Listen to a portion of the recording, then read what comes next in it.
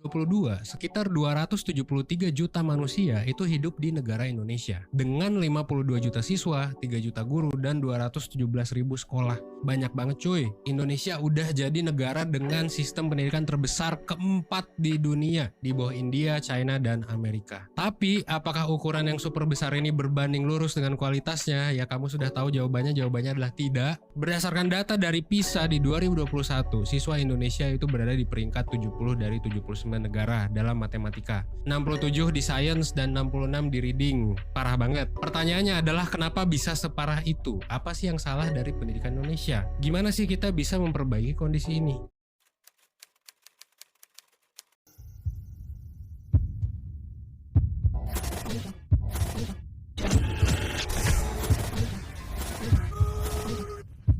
Assalamualaikum warahmatullahi wabarakatuh. Halo semuanya, perkenalkan kami dari kelompok 2. Di sini kami akan mempresentasikan tentang model pembelajaran Group Investigation atau GI. Sebelum itu, mari kita perkenalan dulu dengan anggota kelompok 2. Adapun materi yang akan kita pelajari pada bab ini yaitu pengertian kooperatif Group Investigation. Model pembelajaran Group Investigation atau GI adalah salah satu model dari bentuk pembelajaran kooperatif yang dimana menekankan pada partisipasi dan aktivitas siswa dalam mencari materi atau segala sesuatu yang berkaitan dengan pembelajaran di kelas, baik berupa buku ataupun sumber-sumber lain di internet. Lalu, apa sih yang dimaksud dengan pembelajaran kooperatif? Jadi, pembelajaran kooperatif ini merupakan salah satu model pembelajaran yang membentuk kelompok-kelompok kecil dalam kelas yang terdiri dari 4 sampai 6 siswa yang tentunya dalam satu kelompok ini memiliki anggota dengan siswa-siswa yang memiliki pengetahuan yang berbeda-beda. Hal ini bertujuan agar semua siswa dalam satu kelompok tersebut saling membantu memecahkan masalah yang akan diberikan oleh gurunya nanti. Karakteristik Cooperative Group Investigation. Adapun karakteristik dari model pembelajaran Group Investigation ini yang dibagi menjadi 4 fitur dasar. Yang pertama, ada investigasi. Pada fase investigasi ini, guru bertindak sebagai stimulus yang akan memberikan masalah kepada siswa. Dalam penelitian atau pemecahan masalah, siswa ini diharapkan memberikan respon yang sesuai dari stimulus yang diberikan oleh gurunya. Di sini, siswa menggunakan pengetahuan yang mereka miliki untuk memecahkan masalah yang diberikan oleh gurunya. Yang kedua, ada interaksi. Pada tahap interaksi ini, siswa diharapkan agar mampu saling memberikan dorongan, saling memberikan gagasan, saling memberikan fokus untuk menyelesaikan tugas yang diberikan oleh gurunya. Dalam tahap interaksi ini juga memberikan gagasan yang berbeda sangat dibutuhkan agar mencapai satu solusi yang tepat. Ketiga, ada penafsiran. Pada tahap penafsiran ini, siswa akan bekerja sama baik secara individu ataupun secara kelompok. Akan tetapi diutamakan secara individu untuk mencari informasi dari berbagai sumber yang akan digunakan untuk memecahkan masalah yang telah diberikan oleh guru mereka. Pada tahap ini, anggota-anggota kelompok tersebut akan memiliki gagasan yang berbeda sehingga mereka dituntut untuk menyatukan gagasan mereka sehingga mencapai satu tujuan yang diinginkan. 4. Ada motivasi intrinsik. Dengan mengundang siswa untuk menghubungkan masalah-masalah yang akan mereka selidiki berdasarkan keingintahuan, pengetahuan, dan perasaan mereka dari informasi-informasi yang telah mereka gali. Hal inilah yang akan mendatangkan motivasi atau keinginan yang kuat untuk memecahkan masalah dari interaksi-interaksi yang telah mereka lakukan dengan teman-teman mereka. Langkah-langkah metode pembelajaran Cooperative Group Investigation. Kita akan masuk ke materi yang ketiga, yaitu langkah-langkah metode pembelajaran Cooperative Group Investigation. Langkah yang perlu ditempuh yaitu yang pertama, mengidentifikasi topik dan mengatur murid ke dalam kelompok.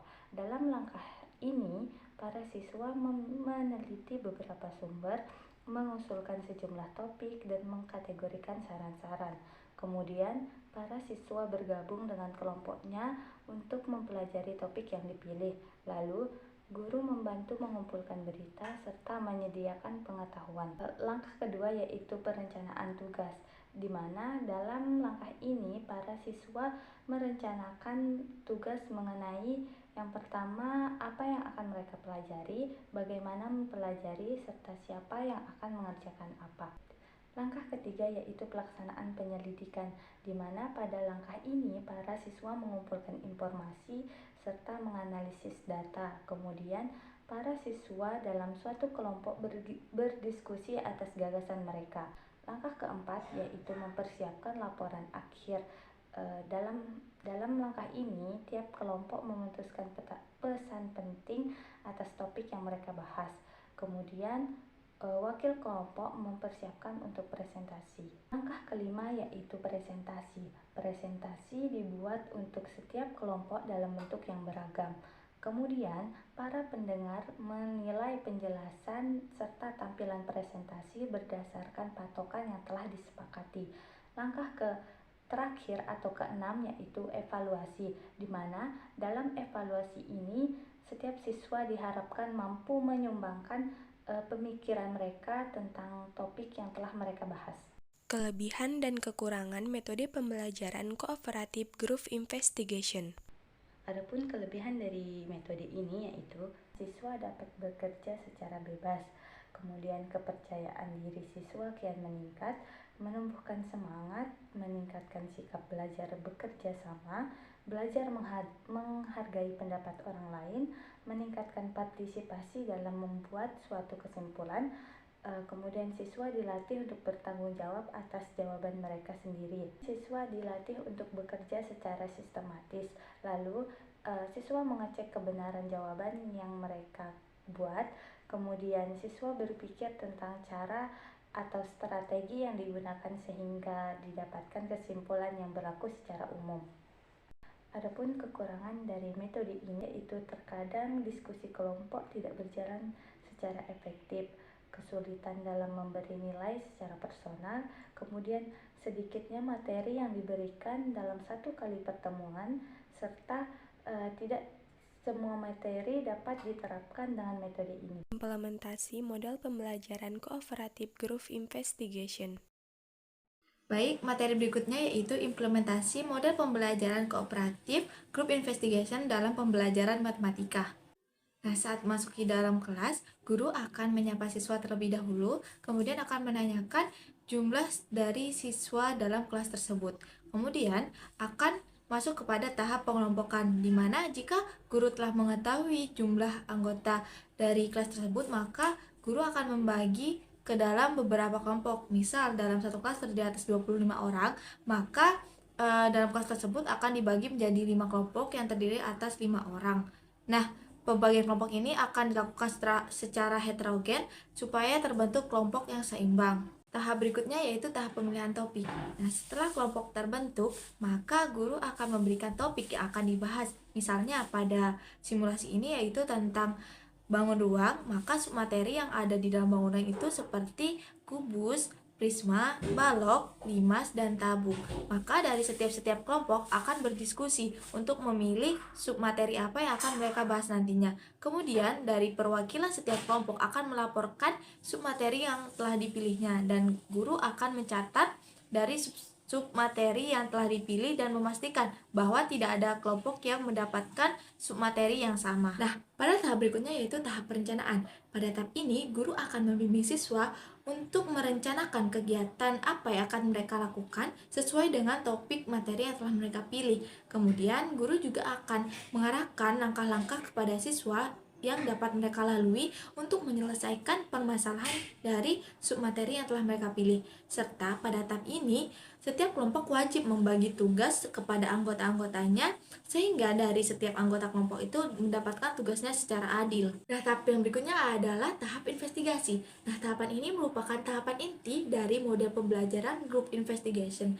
Pada tahap ini, siswa akan mengumpulkan fakta-fakta dari berbagai sumber sesuai dengan submateri yang telah mereka bahas. Kemudian setelah fakta-fakta tersebut mereka dapatkan, mereka akan berkumpul untuk mendiskusikan atau berbagi pendapat dan menganalisis serta mengklarifikasi dari fakta-fakta yang telah mereka dapatkan. Nah, tugas guru di sini adalah membimbing siswa apabila siswa mendapatkan kendala atau kesulitan dalam investigasinya. Nah, tahapan yang berikutnya yaitu ada tahapan pengorganisasian. Nah, tahapan ini merupakan tahapan lanjutan dari tahapan investigasi tadi. Nah, Pada tahapan ini, mereka akan berkumpul untuk mendiskusikan fakta-fakta yang telah mereka dapat pada tahapan investigasi. Kemudian, dari tiap-tiap anggota kelompok akan menentukan pesan penting dari topik yang telah mereka teliti. Nah, tujuannya yaitu di sini untuk mendiskusikan pengambilan keputusan yang digunakan untuk pembuatan laporan yang nantinya akan dipresentasikan. Nah, pada tahap berikutnya yaitu ada tahap presentasi. Nah, pada tahapan ini dilakukan untuk menyampaikan jawaban pada semua anggota kelas. Nah, kepada kelompok yang sedang presentasi, mereka akan menyampaikan hasil investigasi mereka, hasil diskusi mereka, kemudian jawaban dari diskusi serta presentasi mereka kepada semua anggota kelas. Kemudian kelompok lain akan mendengarkan dan menyimak serta menanggapi dari hasil presentasi kelompok tersebut. Nah, pada tahapan ini akan terjadi saling bertukar pengetahuan yang ditandai dengan adanya tanya jawab, kemudian pemberian pendapat, kemudian adanya sanggahan. Nah, setelah semua kelompok mempresentasikan hasil diskusi dan investigasi mereka, maka guru akan mengambil kesimpulan umum dari presentasi tentang materi yang telah dibahas oleh dari masing-masing kelompok. Tahapan yang terakhir yaitu ada tahap evaluasi. Pada tahap ini, guru akan memberikan ulasan dan penjelasan sedikit terkait tentang materi yang telah disampaikan dari setiap kelompok sebagai klarifikasi tentang jawaban yang telah mereka sampaikan.